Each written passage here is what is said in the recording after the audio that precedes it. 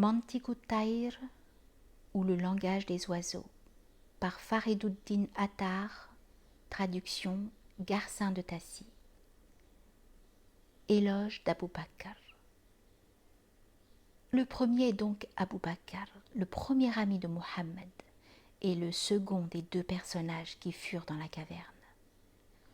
Le centre de la religion, le véridique du Très-Haut, le pôle du vrai Dieu, celui qui, en toutes choses, a eu la prééminence.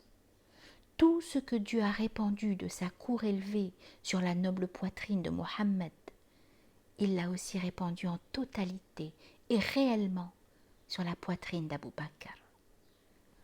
Lorsque Dieu eut tiré du néant les deux mondes par une parole, il tint gravement la bouche fermée et retint ses agréables paroles. De même, Abou Bakr restait la tête baissée toute la nuit jusqu'au jour. À minuit, il faisait entendre des gémissements par l'effet de l'ardeur de son amour pour Dieu. Ses soupirs odorants allaient jusqu'en Chine, et le sang du daim de Tartarie produisait le musc. C'est à cause de cela que le soleil de la loi et de la religion a dit « Il faut aller d'ici à la Chine à la recherche de la science ». La sagesse réglait si bien les mouvements de la bouche d'Abou Bakr que ses lèvres prononçaient sans cesse le mot « Hu » avec la gravité convenable.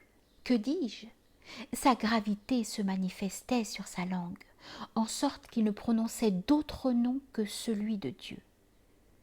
Il faut de la gravité pour que la dignité se manifeste. Comment un homme sans gravité peut-il être bon à quelque chose ?